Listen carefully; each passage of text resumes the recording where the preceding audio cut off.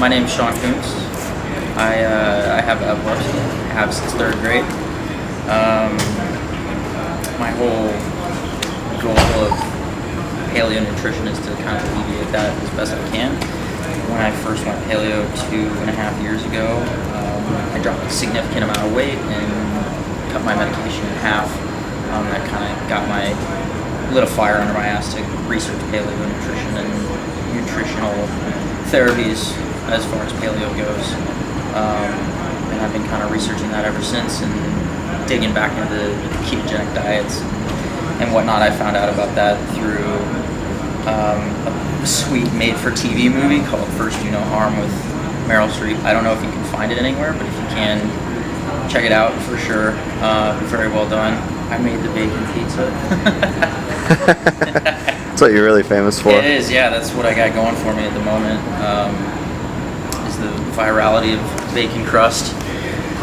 You know, initially I didn't really use any sort of micronutrient restrictions when I went paleo. It was just it actually ended up being a lot of fruit and a lot of bacon. So that's probably what helped was all the bacon intake. I don't know.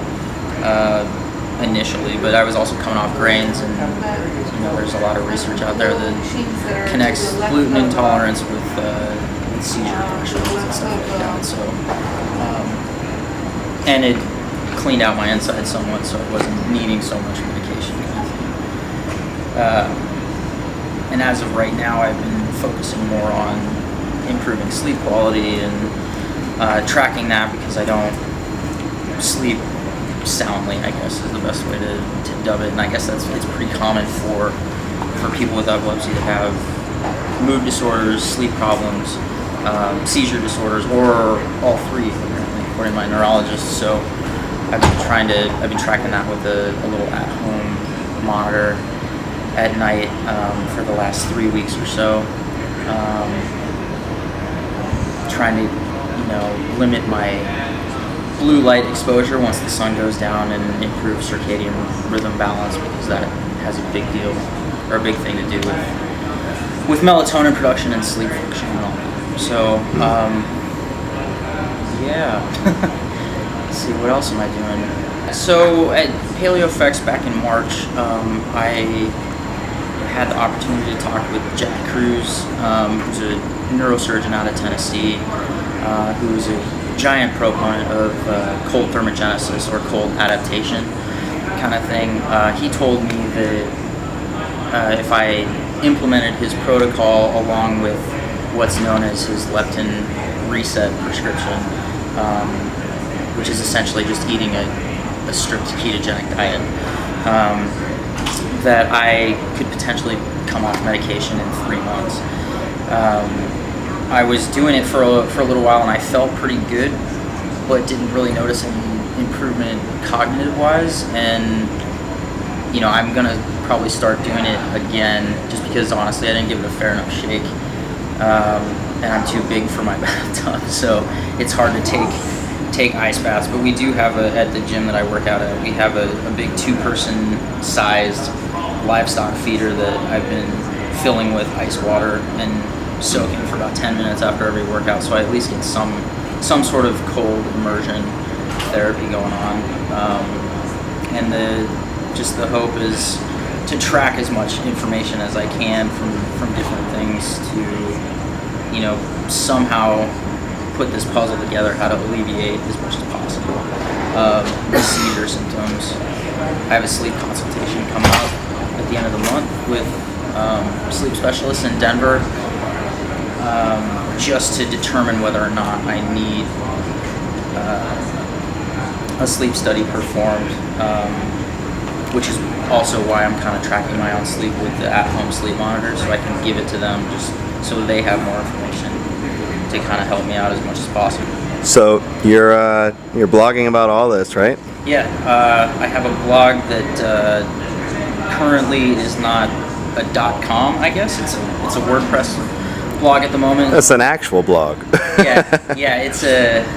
There's no .com at the moment. I mean, I own one, but it's still, I have to transition all that. So sure. you can find it all at thefreerangehuman.wordpress.com. Yeah. Link will be below this video on YouTube. Yeah, absolutely. We'll have the link up there for you because it's pretty long. And I've been active on that. I started actually about a year and a half ago when I first met Rob Wolf, and then he shot me in the direction of his consulting dietitian, Amy Cabal. She put me on a ketogenically leaning diet for paleo, not as hardcore as the clinical ketogenic diet is, which is usually about 90% fat, and that I want to avoid the strict clinical one as long as I can. If I can get something done using a little bit more lenience, then I will, because the clinical ketogenic diet